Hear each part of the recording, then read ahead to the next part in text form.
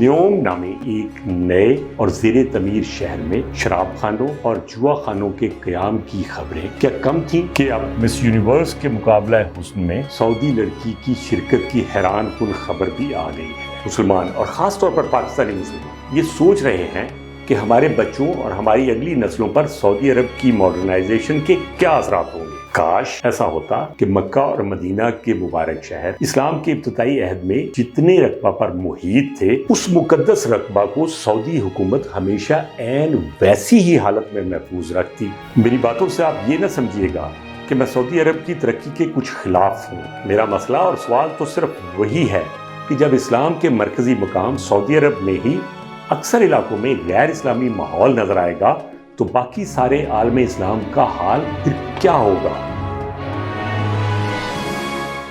बिस्मिल्लाहिर्रहमानिर्रहीम। अस्सलाम वालेकुम नाजरीन। इस्लाम का महवरो मरकज सऊदी अरब अपने दो शहरों मक्का और मदीना की वजह से उम्मत मुसलमा के दिलों की धड़कन है, मगर आजकल सऊदी अरब को देखकर मुसलमानों और बिलखुसूस पाकिस्तानियों के दिल परेशान हो रहे हैं। न्यूम नामी एक नए और ज़ेरे तमीर शहर में शराब खानों और जुआ खानों के क़याम की खबरें क्या कम थी कि अब मिस यूनिवर्स के मुकाबला हुस्न में सऊदी लड़की की शिरकत की हैरान कुन खबर भी आ गई है, जिसने पूरे आलम इस्लाम को चौंका कर बल्कि दहला कर रख दिया है। नाजरीन, आज से 1450 साल कबल मदीना मुनव्वरा में दुनिया में पहली इस्लामी रियासत के क़याम के वक्त जज़ीरा अरब के हालात जैसे पाकीज़ा हो गए थे। 1932 में सऊदी हुकूमत के क़याम के बाद वही पाकीज़ा माहौल फिर सऊदी अरब में राइज कर दिया गया था। मुल्क में इस्लामी कानून का मुकम्मल नफाज था, किसी गैर इस्लामी हरकत का तसव्वुर तक न था, हर तरफ पर्दा था, महरम की अहमियत मुसल्लम थी, इस्लामी सजाएं थी।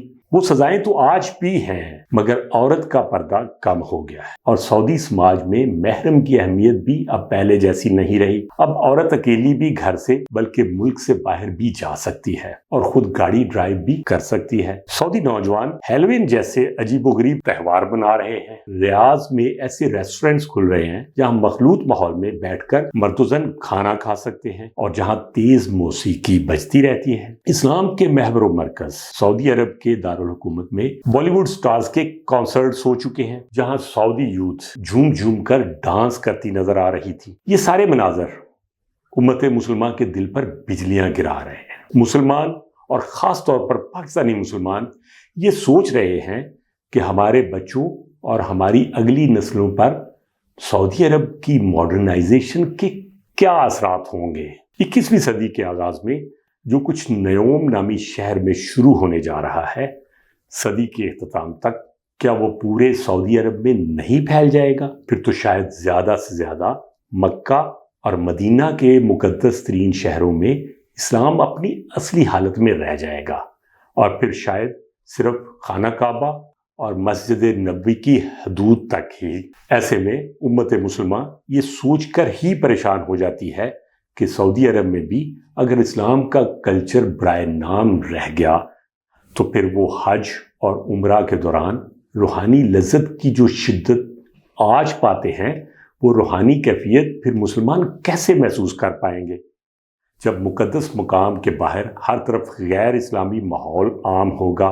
फिर हर मोमिन का दिल बेकरार तो हो जाएगा और लगता यही है कि ये बेकरारी अब तो बढ़ती ही जाएगी कि सऊदी अरब हर आने वाले अशरे में मजीद मॉडर्न होता नजर आता है। हमें किसी भी मुल्क के मॉडर्न होने पर क्या इतराज हो सकता है?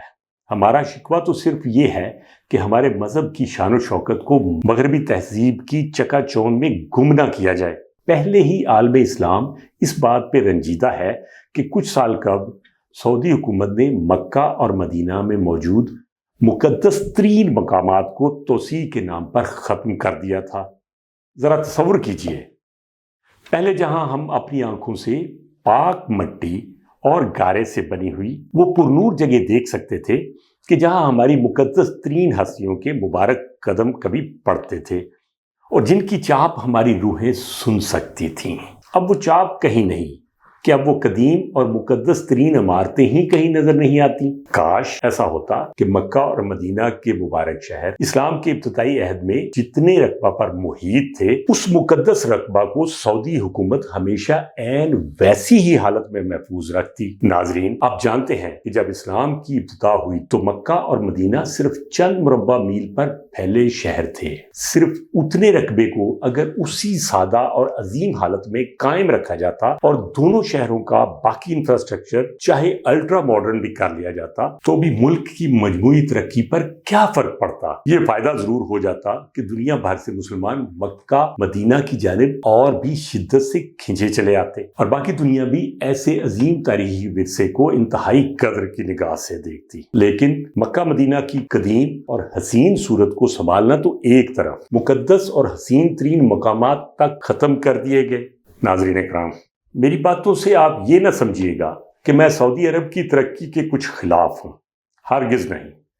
یہ بات کسی سے بھی ڈھکی چھپی نہیں کہ سعودی عرب میں تبدیلی صرف اس کی ترقی کے لیے نہیں، بلکہ یہ تو اس کی بقا کی ضرورت ہے۔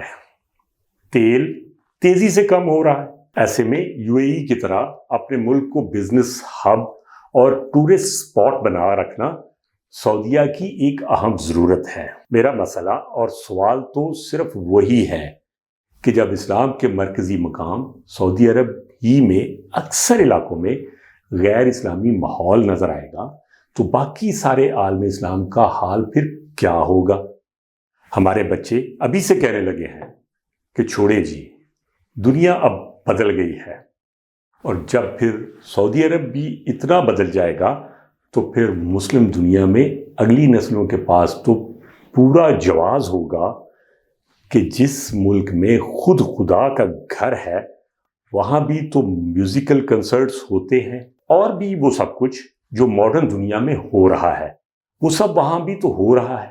یہ سوچ کر ہی پریشانی ہوتی ہے کہ جلد ہی سعودی عرب میں موجود شہر نیوم میں جوئے، مینوشی اور فحاشی کا وہی عالم ہوگا جو آج مغربی ممالک میں عام ہے۔ میں اپنی بات دہراتا ہوں کہ سعودی عرب میں مغربی تہذیب کے پھیلاؤ کا پورے عالم اسلام اور خاص طور پر پاکستان کی اگلی نسل پر بہت اثر ہوگا۔ اور مجھے یہ اہم پوائنٹ بھی ریپیٹ کرنے دیجئے کہ ہمارے جو بچے آج 10-12 سال کے ہیں، 10 برس بعد جب وہ نوجوان ہوں گے تو مغربی تہذیب سے اور بھی متاثر ہوں گے اور ایسے کئی اعمال کرنے لگیں گے جو مشرقی اور مذہبی روایات کے خلاف ہیں، اور جب کوئی انہیں ٹوکے گا تو وہ یہی دلیل دیا کریں گے کہ اسلام کے مرکز سعودی عرب میں بھی تو یہ سب جائز ہے۔ نیز پاکستان سے جو لاکھوں مزدور سعودیہ جاتے ہیں ان کا مائنڈ سیٹ بھی بدلنے لگے گا۔ سعودی عرب کی جدت پسندی کے اثرات عالم اسلام اور بالخصوص پاکستان پر اور کیا ہوں گے؟ آپ کمنٹ باکس میں اپنی رائے کا اظہار کر سکتے ہیں۔ پاکستان زندہ آباد۔